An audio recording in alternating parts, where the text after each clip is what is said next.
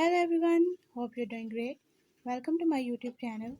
In today's video, I'll be talking about how you can block or unblock contacts in your device OnePlus Nord N200.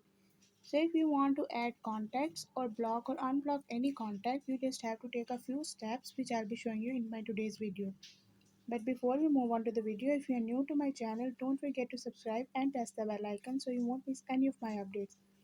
Now watch this complete video and you will learn how you can add your contacts to the blacklist.